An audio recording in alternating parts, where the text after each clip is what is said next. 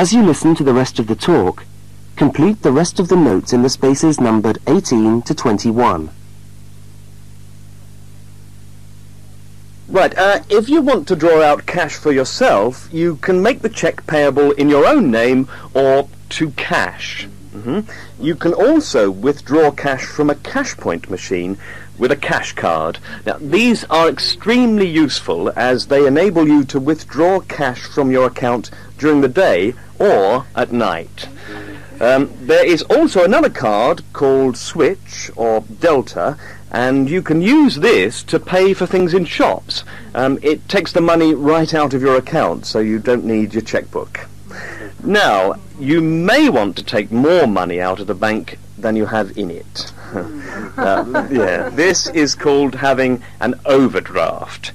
Be very careful with this. You should not do this without permission from your bank. Overdrafts usually incur charges, though some banks offer interest-free overdrafts to some students. But find out before you get one, right? Well, that just leaves opening times. When can you go? Banks used to be open from 9:30 a.m. until 3:30 p.m. from Monday to Friday.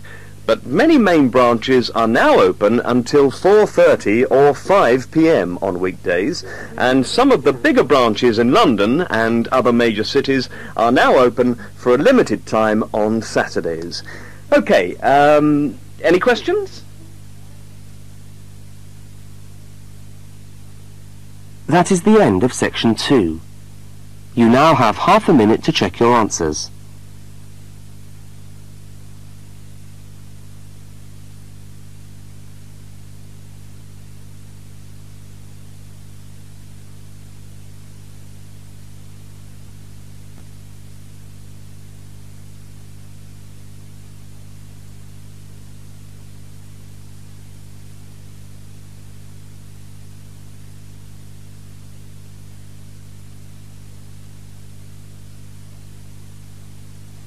Now turn to section 3.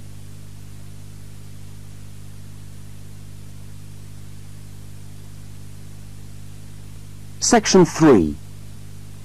Two students, Dawn and Ilmar, are discussing a project that they are working on together.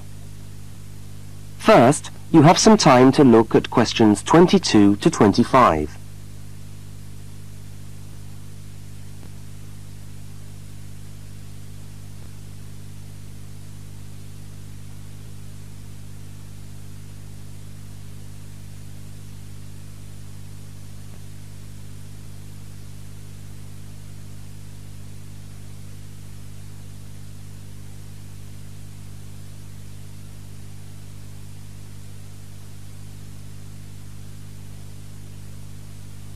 Now listen to the first part of the conversation and complete the fact sheet by filling in the numbered spaces 22 to 25.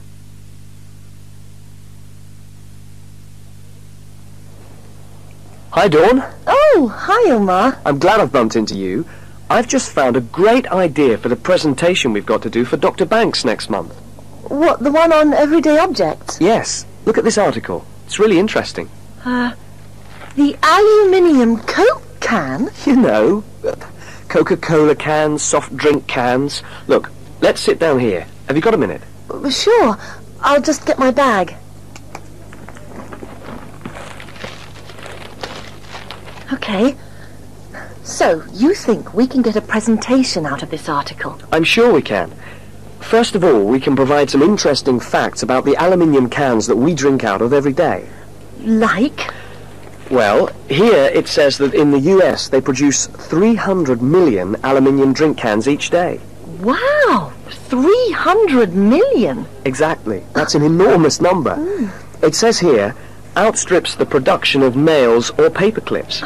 And they say that the manufacturers of these cans exercise as much attention and precision in producing them as aircraft manufacturers do when they make the wing of an aircraft. Really? Let's have a look. They're trying to produce the perfect can, as thin but as strong as possible.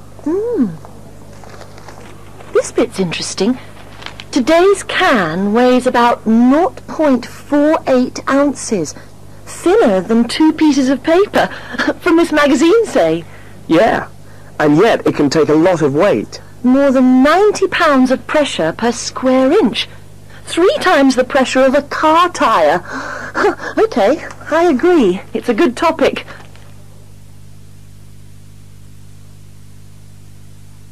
Now look at the diagram of the aluminium can and at questions 26 to 31.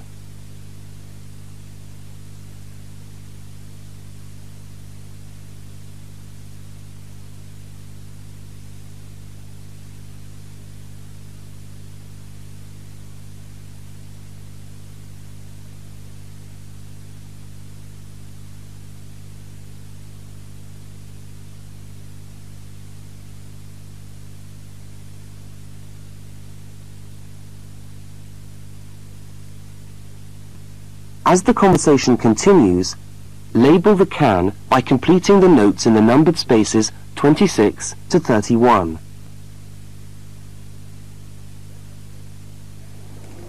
What I thought was that we could do a large picture of a Coke can and label it, and then talk about the different parts. Look, I've done a rough picture here. Okay, so where shall we start? Well, the lid is complicated. Let's start with the body first. I'll do a line from the centre of the can, like this, and label it body. What does it say? It's made of aluminium, of course, and it's thicker at the bottom. Right, so that it can take all that pressure. And then I think you should draw another line from the body for the label. Right, label. The aluminium is ironed out until it's so thin that it produces, what does it say? A reflective surface suitable for decoration. That's right. Apparently it helps advertisers too. Yes, because it's so attractively decorated. Good. And then there's the base. Yes, it says the bottom of the can is shaped like a dome so that it can resist the internal pressure. That's interesting. I didn't know that. Nor did I.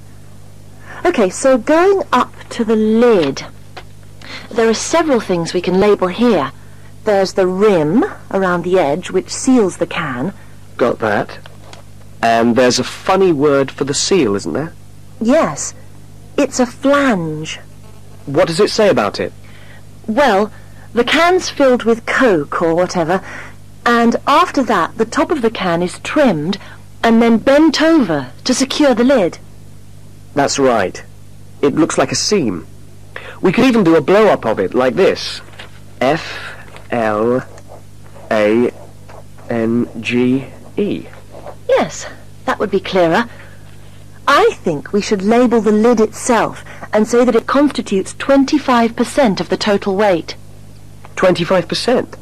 So it's stronger than the body of the can. So to save money, manufacturers make it smaller than the rest of the can. Didn't know that either. So, how do we open a can of Coke? First of all, there's the tab, which we pull up to open the can, and that's held in place by a rivet. I think that's too small for us to include. I agree, but we can talk about it in the presentation. We can show the opening, though.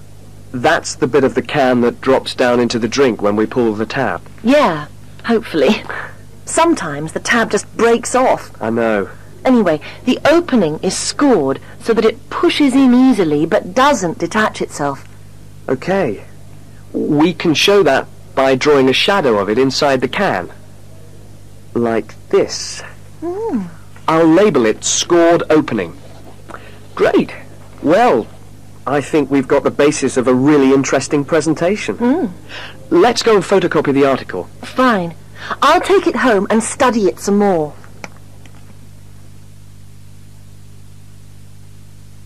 That is the end of section 3. You now have half a minute to check your answers.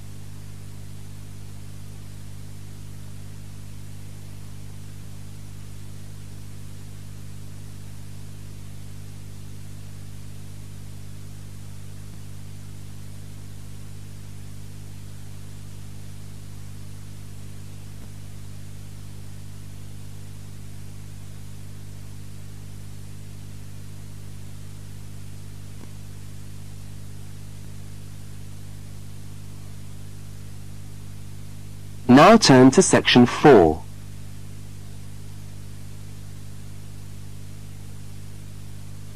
Section 4. You are going to hear part of a short university lecture.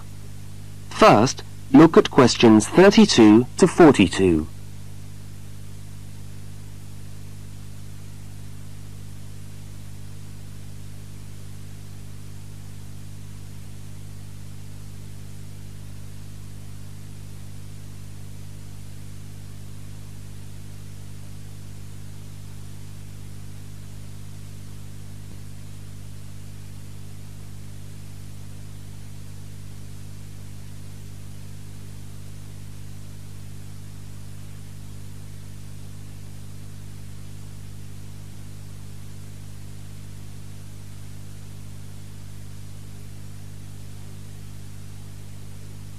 Now listen and complete the lecture notes in the spaces numbered 32 to 42.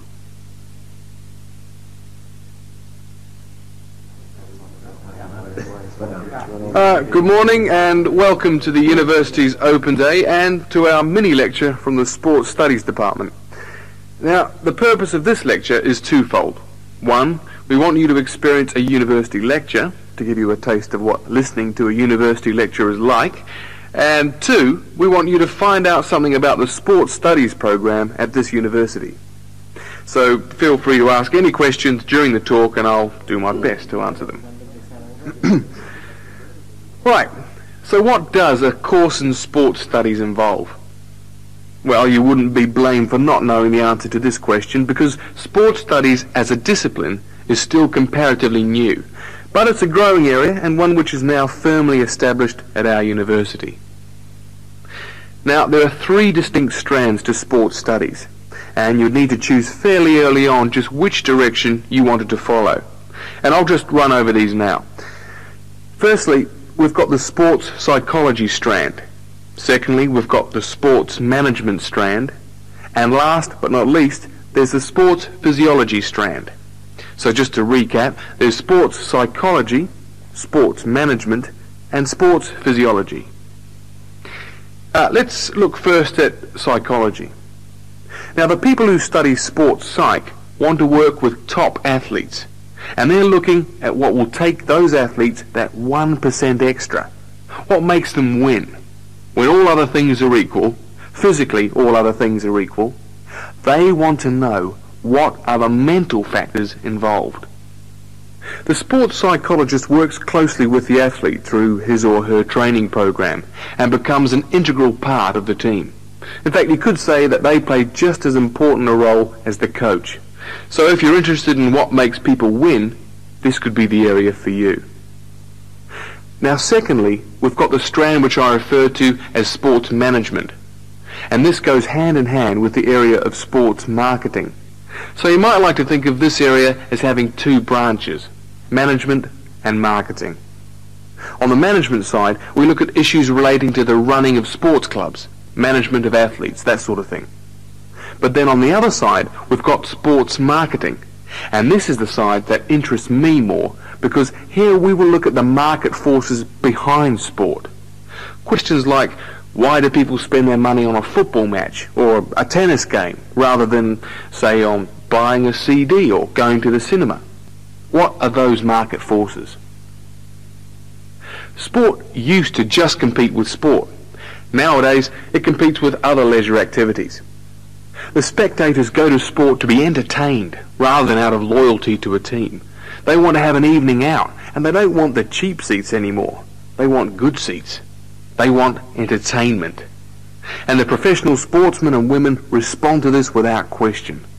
They are there to give a performance. They provide the entertainment. So in the marketing course, we address all these commercial issues, and we look at how this hooks back into the management of sport. Now, the third branch of sports studies sometimes comes under another name and is also known as exercise science. And again here, we find that there are 2 distinct types of exercise science. The first is working very much at the macro level, what I call the huffing and puffing people. So this looks at fitness testing, body measurements, all that sort of thing. But the more interesting side of sports physiology, at least in my view, is the side that looks at the micro level, looking at cellular change. They're doing cellular research, looking at changes in body cells when the body is under stress. So that just about brings us to the end of our mini lecture for today. I hope you found it interesting. I look forward to seeing you all on our course next year. But feel free to come and talk to me if you want any more information. I'll be over at that notice board near the main entrance. Thank you very much.